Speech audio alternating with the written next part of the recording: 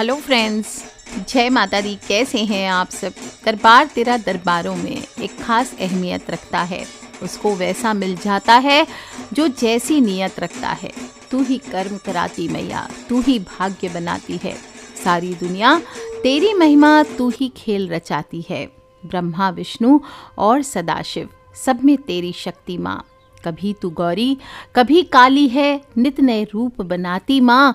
तू ही शक्ति, तू ही भक्ति, विद्या और अविद्या है। राम भी तू है, रावण तू है, तू ही युद्ध रचाती है। हम सब पर खुशियाँ बरसाने समय समय पर आती है।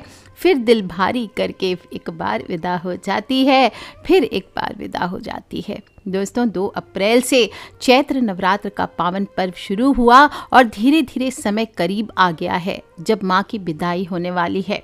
9 दिनों तक चलने वाले इस पावन पर्व में आदि शक्ति माँ दुर्गा के 9 रूपों की हम आराधना करते हैं और इस पर्व में 9 दिनों तक व्रत रखा जाता है। घट स्थापना से नवरात्र के व्रत की शुरुआत होती है और वहीं कन्या पूजन के साथ व्रत का समापन किया जाता है। वे कन्या पूजन करते हैं, वो अष्टमी और नवमी तिथि के दिन किया जाता है। कहा जाता है एक बार माता वैष्णो देवी ने अपने परम भक्त पंडित श्रीधर की भक्ति से प्रसन्न होकर उसकी ना सिर्फ लाज बचाई बल्कि पूरे सृष्टि को भी अपने अस्तित्व का प्रमाण दिया। जम्मू कश्मीर के कटरा कस्बे से 2 किलोमीटर की दूरी पर स्थित हंसाली गांव में माता के भक्त श्रीधर रहा करते थे, जो कि निसंतान और दुखी थे। एक दिन उन्होंने नवरात्र पूजन के लिए कुंवारी कन्याओं को अपने घर बुलाया और माता वैष्णो कन्या के रूप में उन्हीं के बीच आकर बैठ गई। पूजन के बाद सभी कन्याएं लौट गई, लेकिन मां नहीं गई। बाल रूप में आई देवी पंडित श्रीधर से बोली, सबको भंडारे का निमंत्रण दे आओ। श्रीधर ने उस दिव्य कन्या की बात मान ली और आसपास के गांव में भंडारे का संदेश भिजवा दिया। भंडारे में तमाम लोग आए, कई कन्याएं भी आई और इसी के बाद श्रीधर के घर संतान की उत्पत्ति हुई और तब से आज तक कन्या पूजन और कन्या भोजन कराकर लोग मां से आशीर्वाद मांगते हैं। नवरात्र के दौरान कन्या पूजन का विशेष महत्व होता है और इस बार 2022 में 9 अप्रैल शनिवार के दिन पड़ रही है। इसे दुर्गा अष्टमी भी कहते हैं। कोई लोग अष्टमी को करेंगे वो 9 तारीख को करेंगे, जो नवमी को करेंगे वो 10 अप्रैल को करेंगे। समय बता देती हूँ, अष्टमी की शुरुआत 8 अप्रैल को रात को 11:05 पर हो रही है और इसका समापन 9 अप्रैल की देर रात को 1:23 पर होगा। दिन का शुभ मुहूर्त 8 तारीख का है, 11:58 से लेकर 12:48 तक। इस शुभ मुहूर्त में आपको कन्या पूजन करना चाहिए। जो लोग नवमी के दिन कन्या पूजन करेंगे तो बता दूं, नवमी तिथि की शुरुआत 10 अप्रैल को रात को 1:23 से शुरू हो रही है और 11 अप्रैल को सुबह 3:15 पर समाप्त होगी। और इस दिन रवि पुष्य योग है, रवि योग है, सर्वार्थ सिद्धि पूरे दिन है, इसलिए इस दिन सुबह से ही आप किसी भी समय कन्या पूजन कर सकते हैं, कोई खास मुहूर्त नहीं है। दोस्तों, ऐसा नहीं कि कन्या पूजन कर रहे हैं तो इधर उधर से कन्याओं को पकड़ के उसी दिन जिस समय कराना हो ला करके भोजन करा दें, ऐसा नहीं करना चाहिए। वैसे तो आप 9 कन्या को भोजन कराना चाहिए, लेकिन कोरोना काल है, 9 कन्याएं ना भी मिले तो 1 कन्या की पूजा भी आप कर सकते हैं, 2 की भी कर सकते हैं, 3 की भी कर सकते हैं। ऐसा नहीं है कि एक कन्या के पूजन से फल नहीं मिलता। कहते हैं कि 1 कन्या की पूजा से ऐश्वर्य की प्राप्ति होती है, 2 की पूजा करते हैं तो भोग और मोक्ष मिलता है। कन्या की अर्चना करने से धर्म, अर्थ और काम की प्राप्ति होती है। 4 की पूजा से राज्य पद, 5 की पूजा से विद्या, 6 कन्या की पूजा से 6 प्रकार की सिद्धियां, 7 प्रकार की पूजा से राज्य, राजपाट, 8 की पूजा से संपदा और 9 की पूजा से पृथ्वी के प्रभुत्व मिलता है। साथ ही साथ उम्र का भी ध्यान रखें कन्याओं का। 3 वर्ष से लेकर के 9 वर्ष की कन्याएं ही साक्षात माता का स्वरूप मानी जाती है। 2 वर्ष की कन्या का पूजन करने से घर में दुख और दरिद्रता दूर होती है। 3 वर्ष की कन्या त्रिमूर्ति का रूप मानी गई है, इससे घर में धन धान्य की भरमार होती है, वहीं परिवार में सुख और समृद्धि बनी रहती है। 4 साल की कन्या कल्याणी मानी गई है, इनकी पूजा से परिवार का कल्याण होता है। 5 वर्ष की कन्या रोहिणी कहलाती है, रोहिणी का पूजन करने से मनुष्य रोग मुक्त होता है। 6 साल की कन्या को कालिका रूप माना गया है, कालिका रूप के पूजन से विजय, विद्या, राजयोग मिलता है। 7 साल की कन्या चंडिका कहलाती है। इससे घर में ऐश्वर्य की प्राप्ति होती है। 8 वर्ष की कन्या शांभवी कहलाती है। और सभी प्रकार के विवादों में, मुकदमों में विजय चाहिए तो आपको 8 वर्ष की कन्या का पूजन अवश्य करना चाहिए। 9 साल की कन्या दुर्गा रूप होती है। इनका पूजन करने से शत्रुओं का नाश होता है, असाध्य कार्य भी पूरे हो जाते हैं। और 10 साल की कन्या सुभद्रा कहलाती है। सुभद्रा अपने भक्तों के सारे मनोरथों को पूर्ण करती है। तो आपको कन्याओं को क्या करना है, एक दिन पहले ही सम्मान के साथ उन्हें आमंत्रित करें। ऐसे ही इधर उधर से एकत्र करके लाना उचित नहीं है। और जब गृह प्रवेश करें तो जैसे माँ दुर्गा का हम अगर माँ आ जाए हमारे घर, हम कैसे स्वागत करेंगे, जय माँ अम्बे, जय माँ अम्बे, जयकारा शेरा वाली दा बोल साचे दरबार की जय, ऐसे आपको जयकारा लगाते हुए पूरे परिवार के साथ पुष्प वर्षा करते हुए उनका स्वागत करना चाहिए, जयकारे लगाने चाहिए। इसके बाद ऐसा नहीं कि नीचे पातिया लगाया, चटाई लगाया, बिठा दिया।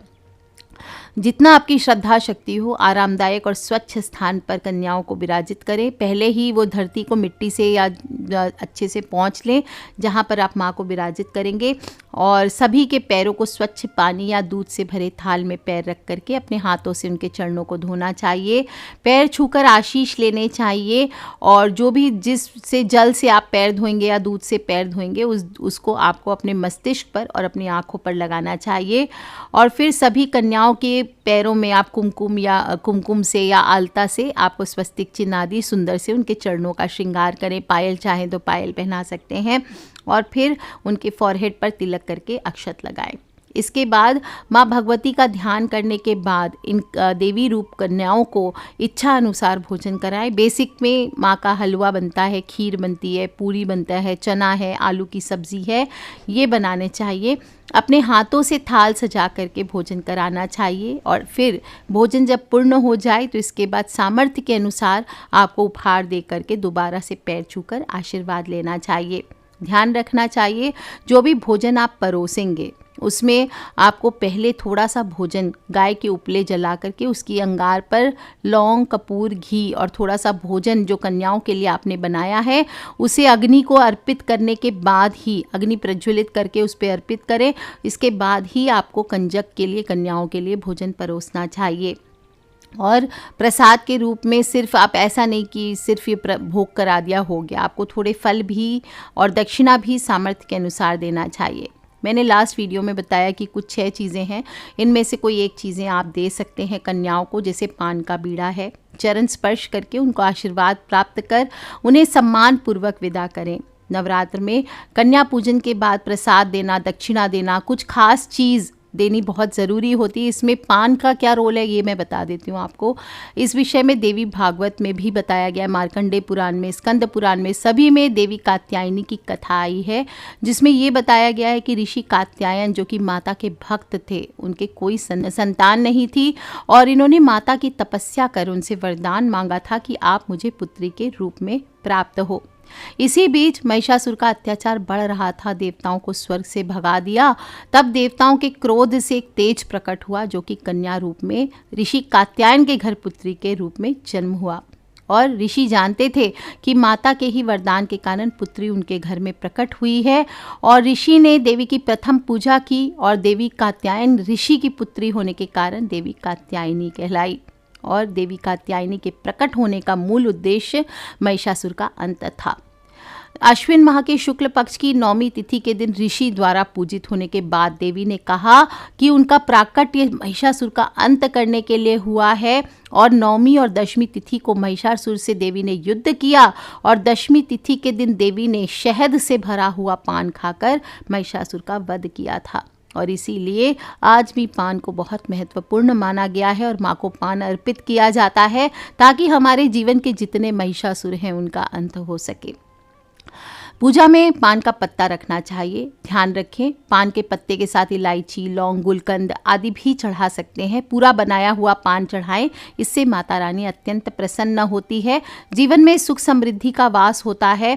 और सिर्फ पान से दुर्गा माँ को नहीं, इस एक पत्ते में ब्रह्मांड के सभी देवी देवता वास करते हैं।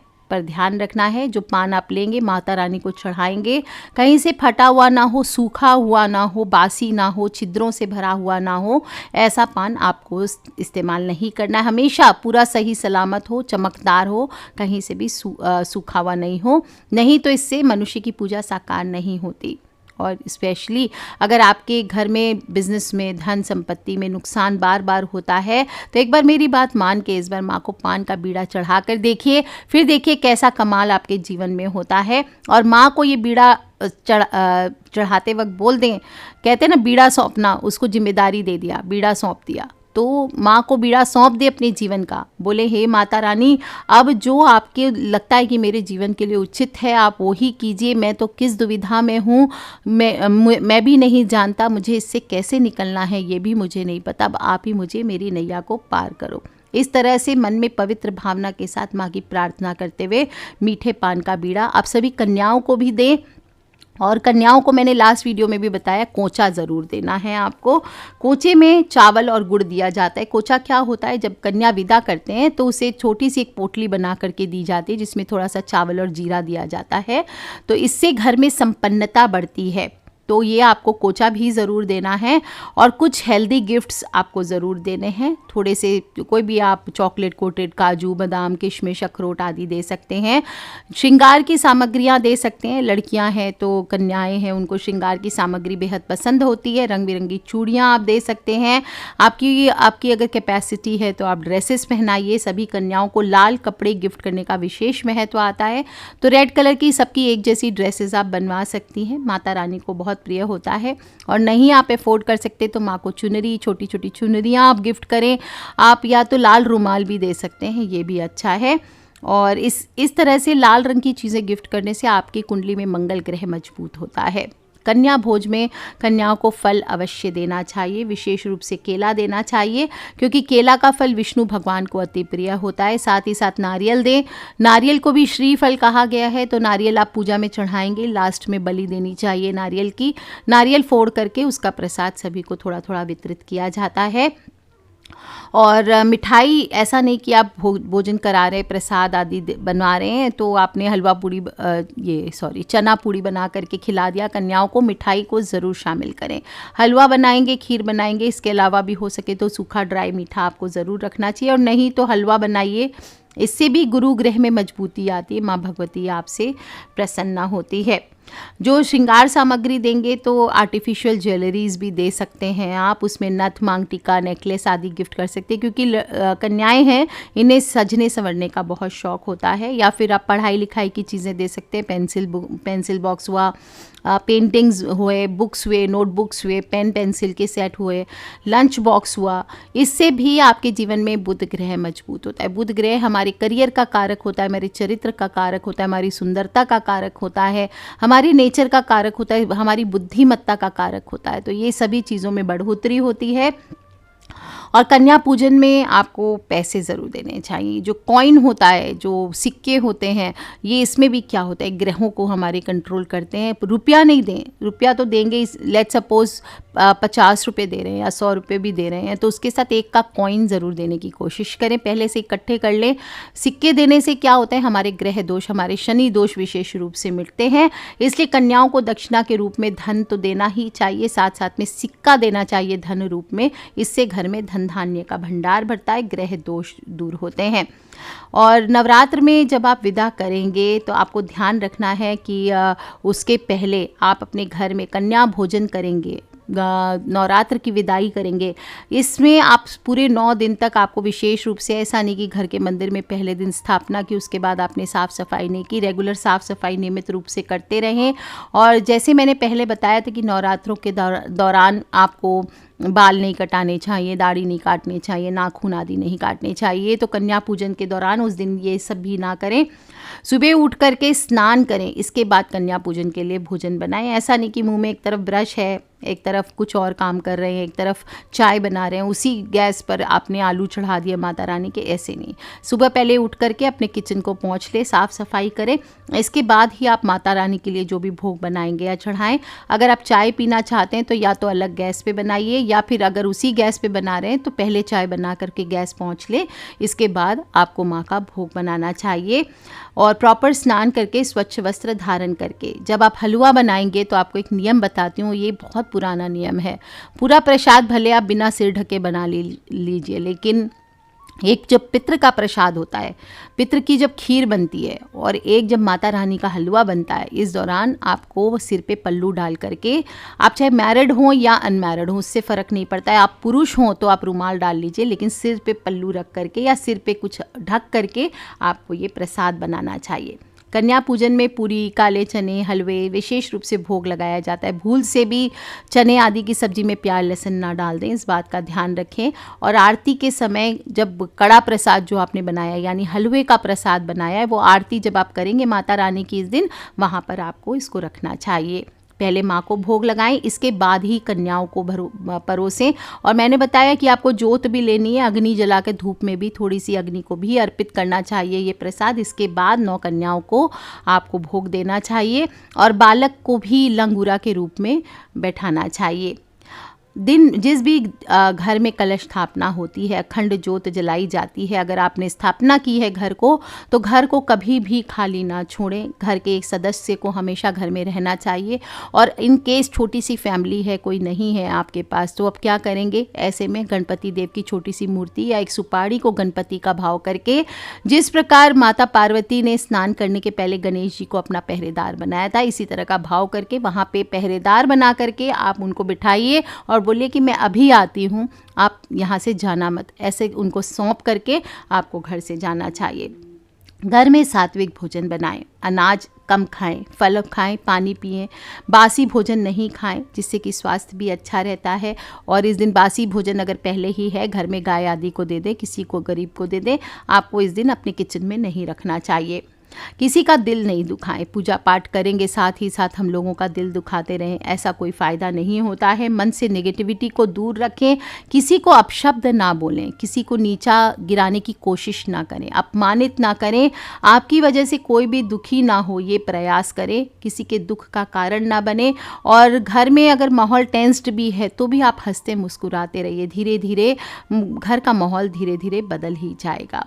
जब भी पूजा में बैठे, देखिए ये सात्विक नवरात्र हम कर रहे हैं। अगर काली माँ के आप तंत्र पूजा कर रहे हैं, आपको ब्लैक अलाउड है, लेकिन सात्विक पूजा में माँ के पूजन में आपको लाल, गुलाबी, पीले, ऑरेंज सुंदर वस्त्र पहनने चाहिए। वाइट पहन सकते, ग्रीन पहन सकते हैं, लेकिन गहरे नीले और काले रंग के वस्त्र धारण नहीं करने चाहिए।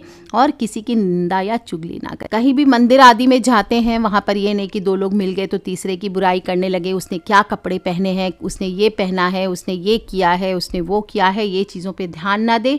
झूठ बोलने से बचें और इन 9 दिनों में विशेष रूप से इन सभी बातों का ध्यान रखना था। और जब कन्या पूजन करेंगे, मंदिर आदि जाएंगे, तो भी इन बातों का आपको ध्यान ज़रूर रखना है, ताकि माता की छत्र छाया आपके जीवन पर बनी रहे।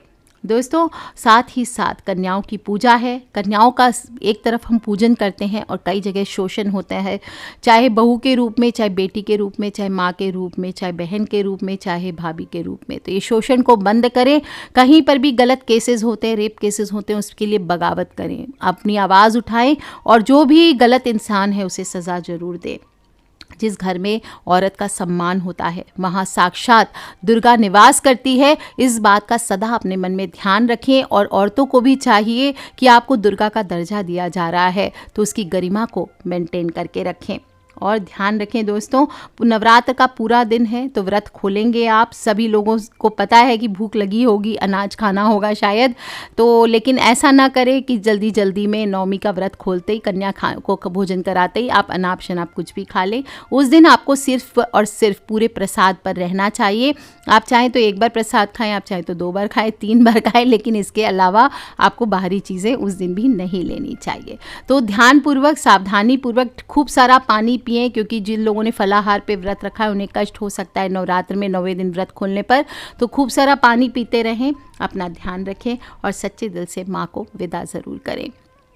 अभी तक अगर आपने सप्तशती या कोई भी पाठ पूजा आदि नहीं किया है तो ट्राई करें कि नवरात्र के 9वें दिन कम से कम, या जब भी आप पुनराहुति करेंगे, कन्या पूजन करेंगे, उसके बाद एक बार दुर्गा सप्तशती का पाठ आप ज़रूर करें। अगर नहीं होता है, नहीं पढ़ना आता है, तो हिंदी में आप लोगों के लिए शेयर किया गया है, आप वहाँ भी जा कर के समझ के इसे ज़रूर सुने। सो कर लीजिए दोस्तों, छोटी छोटी बातें मैंने कन्या पूजन के रिगार्डिंग बताने की कोशिश की है। कुछ रह गया तो आप सभी से क्षमा चाहती हूँ।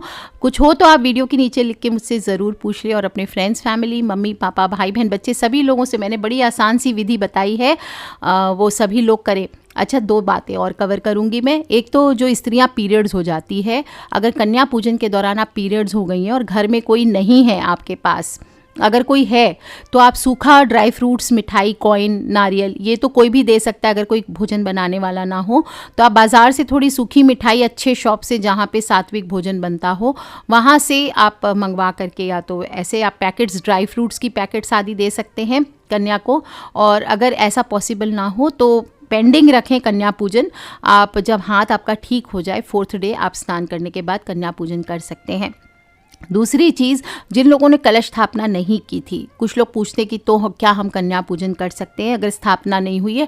बिल्कुल आप कर सकते हैं, लेकिन ये ध्यान रखना है जिस दिन आप कन्या पूजन करेंगे, चाहे अष्टमी को या नवमी को, तो पहले आपको माता की स्थापना जैसे करके, या आपके जो भी पूजा स्थल है वहाँ पे दुर्गा माँ की जो फोटो हो, वहाँ पे आरती वगैरह करें नियम अनुसार, तब आपको कढ़ाई करके प्रसाद बना करके माँ के निमित्त आपको कन्या पूजन करना चाहिए। तो कर लीजिए उपाय दोस्तों, खिलखिलाते रहे, मुस्कुराते रहे। माता रानी आप सभी की मनोकामनाएं पूर्ण करे, आपके जीवन से सभी कलेशों को नाश करे, सभी कष्टों को दूर करे, यही मेरी सच्चे दिल से इस चैत्र नवरात्र में माता से प्रार्थना है। आज के लिए इतना ही दोस्तों, खिलखिलाते रहे, मुस्कुराते रहे। Take care friends, love you all. जय माता दी, बम बम भोलेनाथ की जयकारा, शेरा वाली दा बोल, साचे दरबार की जय।